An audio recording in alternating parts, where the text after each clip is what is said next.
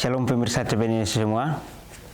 Senang rasanya kita masih diberikan kesempatan oleh Tuhan untuk kita bertemu lagi dalam pembahasan buku Agama yang Bersinar. Di dalam buku ini diambil dari tulisan Nyonya Ellen G. White, di mana buku ini memberikan kita pelajaran yang sangat menarik, di mana kalau kita ingin untuk mencari petunjuk dari buku ini, maka dia akan memberikan kita petunjuk pada saat kita mau belajar, dan juga memberikan kita harapan sejati bagi semua orang. Jadi semua orang boleh mendapatkan pengharapan dan juga kegembiraan kepada orang yang larut dalam kesedihan, dan juga kelegaan kepada yang letih. Dan buku ini juga menyuguhkan kepada kita suatu cara yang lebih baik, menyingkapkan kepada kita suatu kehidupan yang lebih sederhana dan lebih manis, supaya pembaca akan penuh dengan kegembiraan dan kesukaan, bersinar menyinarkan kasihnya dimanapun kita berada. Jadi sangat menarik ya.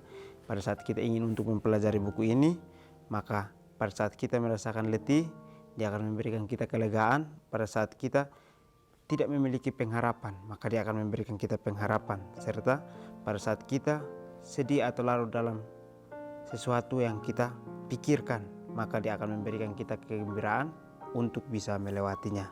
Jadi pada saat kita mendapatkan semuanya itu, maka dia juga akan menitipkan satu sinar untuk kita bisa bagikan dimanapun kita berada. Bacaan kita kali ini saya ambil dari halaman 125 dengan judul Saat Ada Pertobatan yang Sejati. Kita boleh mengambil Alkitab kita bersama-sama untuk membuka di dalam Yesaya 61 ayat 3. Untuk mengaruniakan kepada mereka perhiasan kepala ganti abu, minyak untuk pesta ganti kain kabun, nyanyian pujian ganti semangat yang pudar, supaya orang menyebutkan mereka pohon terbantin kebenaran, tanaman Tuhan untuk memperlihatkan keagungannya. Sementara kita menyesal akan dosa, kita akan bersuka atas kesempatan menjadi anak-anak Tuhan. Baik, pelajaran kita sangat menarik ya. Dikatakan bahwa untuk mengaruniakan kepada mereka atau kepada kita perhiasan kepala ganti kepala, atau perhiasan yang ditaruh di kepala kita diganti menjadi abu, minyak untuk pesta ganti jadi kain kabun. Jadi kita ditutup dengan kain yang diberikan oleh Tuhan, dan juga nyanyian kita akan diganti dengan semangat yang pudar. Karena pada saat kita menyanyikan sesuatu yang tidak berguna di mata Tuhan, maka itu akan merusak akan iman kita. Sebab itu Tuhan akan menggantikan semua nyanyian pujian kita menjadi pudar, untuk kita bisa mengetahui bahwa kitalah pohon terbantin kebenaran itu, atau tanaman Tuhan untuk memperlihatkan keagungannya. Jadi Tuhan menitipkan satu kehidupan di dalam kehidupan kita, yaitu kehidupan kebenaran, untuk kita bisa menghidupkannya. Karena pada saat kita menghidupkannya, kita akan menjadi satu titik pandang untuk semua orang. Jadi itulah keagungan Tuhan dalam kehidupan kita. Pada saat kita dipandang oleh semua orang, kita menjadi tolak ukur untuk pertobatan mereka. Berarti Tuhan sedang menitipkan satu keajaiban dalam kehidupan kita untuk kita bisa bagikan kepada mereka. Tetapi kita ingat bahwa itu adalah satu hal yang susah kalau kita jalani dengan kekuatan otot kita. Tapi pada saat kita berjalan bersama dengan Tuhan, maka kita akan disanggupkan. Meskipun cobaan sangat banyak datang menimpa kita, tetapi kita bisa lalui badai itu. Sementara kita menyesal akan dosa kita, kita akan bersuka atas kesempatan menjadi anak-anak Tuhan. Sangat menarik ya. Jadi pada saat kita sekarang ini yang melakukan dosa, lalu kalau kita menyesali akan dosa itu yang kita lakukan, maka kita akan bersuka karena kita mendapatkan satu kesempatan untuk menjadi anak Tuhan atau menjadi satu keluarga dengan Tuhan. Jadi sangat menarik ya. Kalau kita ingin untuk tinggalkan sesuatu yang negatif yang selama ini kita lakukan, maka kita sendiri membawa hidup kita untuk menjadi satu keluarga atau menjadi anak daripada Tuhan. Jadi sangat menarik ya. Hanya dengan meninggalkan dosa yang kita lakukan, kita sudah bisa menjadi anak-anak Tuhan, atau pada saat kita meninggalkan dosa kita, berarti kita sedang datang untuk menyucikan diri kita di hadapan Tuhan. Kadang-kadang kita menyesali akibat dari perbuatan yang jahat yang menimpa kita, tetapi itu bukanlah pertobatan. Penyesalan yang sesungguhnya akan dosa adalah akibat dari pekerjaan Roh Kudus. Roh Kudus menunjukkan hati yang tiada berterima kasih, yang telah meremehkan dan mendukakan juru selamat, dan membawa kita kepada penyesalan ke kaki salib. Oleh tiap-tiap dosa Yesus dilukai lagi, dan apabila kita memandang kepadanya yang telah kita tusuk, kita berduka cita karena dosa-dosa yang membawa kepedihan kepadanya. Duka cita yang demikian itu akan membawa kepada penolakan dosa. Baik, sangat menarik ya. Jadi ceritanya di sini dikatakan bahwa kadang-kadang kita menyesali akan perbuatan jahat kita, tetapi itu bukanlah pertobatan. Karena pada saat kita sesali akan perbuatan jahat kita, karena kita hadapi sesuatu yang sedang menimpa akan kehidupan kita. Jadi kita mau untuk bertobat, tetapi pada saat kita diampuni, kita akan lakukan hal yang sama. Inilah cerita dari pelajaran kita kali ini. Dikatakan bahwa kita sesali karena adanya satu masalah dalam kehidupan kita. Dan pada saat kita ingin untuk tinggalkan masalah itu, kita mengatakan kita bertobat. Tetapi pada saat kita diampuni, kita kembali lagi melakukan hal yang sama, sehingga kita sendiri yang membuat hidup kita ini menjadi musuh dengan Tuhan.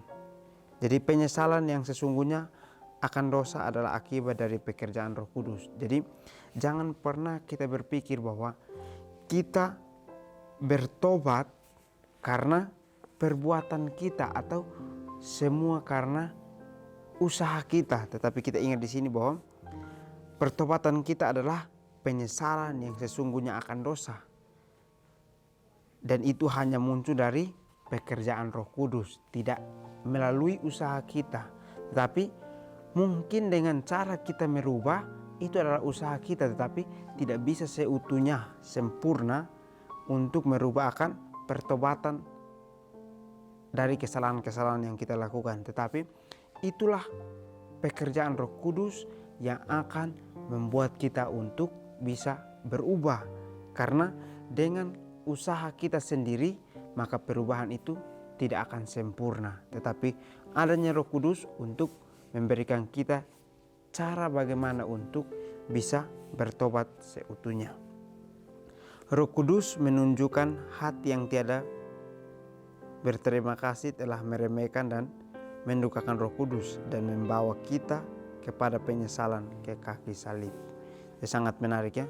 Tuhan atau Roh Kudus yang sudah datang, dia sangat kecewa pada saat kita tidak berterima kasih kepada apa yang sudah dia lakukan, dan juga kita sering meremehkan dan juga mendukakan akan hati Roh Kudus. Dan melalui Roh Kudus kita akan dibawa kepada penyesalan, sehingga kita harus datang ke kaki salib untuk meminta pengampunan dosa itu. Pada saat kita datang kepada kaki salib sendiri, berarti itu adalah pekerjaan Roh Kudus di dalam hati kita yang mendorong kita untuk kita mengetahui bagaimana cara kita menghargai, cara bagaimana kita berterima kasih kepada Roh Kudus dan juga kepada Tuhan, karena masih memberikan kita kesempatan untuk menjadi anaknya. Jadi kita semua masih diberikan kesempatan saat ini. Sebab itu marilah kita mau untuk menerima panggilan yang sudah diberikan itu. Karena panggilan itu akan datang kepada kita, dan panggilan itu akan didengar kalau hati kita tertuju kepada Tuhan, atau hati kita sungguh-sungguh mau untuk mengikuti Tuhan. Oleh tiap-tiap dosa Yesus dilukai lagi, dan apabila kita memandang kepadanya yang telah kita tusuk, kita berduka cita karena dosa-dosa yang membawa kepedihan kepadanya. Jadi kita harus sesali bahwa dosa-dosa yang kita lukai Yesus. Dan pada saat kita ingin untuk memandang kepadanya yang telah kita tusuk sendiri dengan dosa-dosa yang kita lakukan, maka kita harus berduka cita karena dosa-dosa yang kita buat membawa kepedihan kepada Tuhan, karena Dia yang menanggung akan setiap dosa yang kita lakukan. Jadi kita harus bisa ketahui bahwa Tuhan menyayangi kita, bahwa Tuhan mau untuk menanggung dosa kita. Mengapa kita tidak bisa untuk menolak akan dosa itu dalam kehidupan kita? Karena pada saat kita menerima dosa, kita sedang melukai hati Tuhan, kita sedang tusuk lambungnya, sehingga kepedihan itu hadir kepada dirinya. Tetapi kita ingat bahwa pada saat kita ingin sesali semuanya, berarti hanya Roh Kudus yang dapat memimpin kita ke kaki salib untuk kita bisa bersuka cita. Duka cita yang demikian akan membawa kepada penolakan dosa. Jadi pada saat kita merasakan duka cita dalam melukai hati Tuhan, maka itulah kehidupan kita akan penolakan dosa. Jadi sangat menarik bahwa pada saat kita ingin menolak dosa, berarti kita harus sesali dosa yang selama ini kita lakukan. Air mata orang-orang yang menyesal itu hanyalah tetesan hujan yang mendahului cahaya terang kemuliaan. Duka cita ini memaklumkan satu kesukaan yang akan menjadi satu pancaran hidup di dalam jiwa. Hanya akuilah kesalahanmu, bahwa engkau telah mendurhaka terhadap Tuhan Allahmu. Mukaku tidak akan muram terhadap kamu, sebab aku ini murah hati, demikianlah firman Tuhan.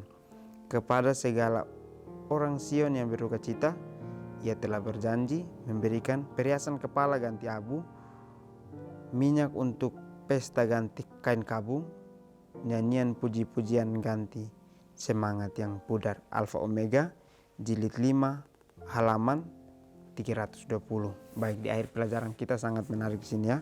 Dikatakan bahwa air mata orang-orang yang menyesal itulah tetesan hujan yang mendahului cahaya terang.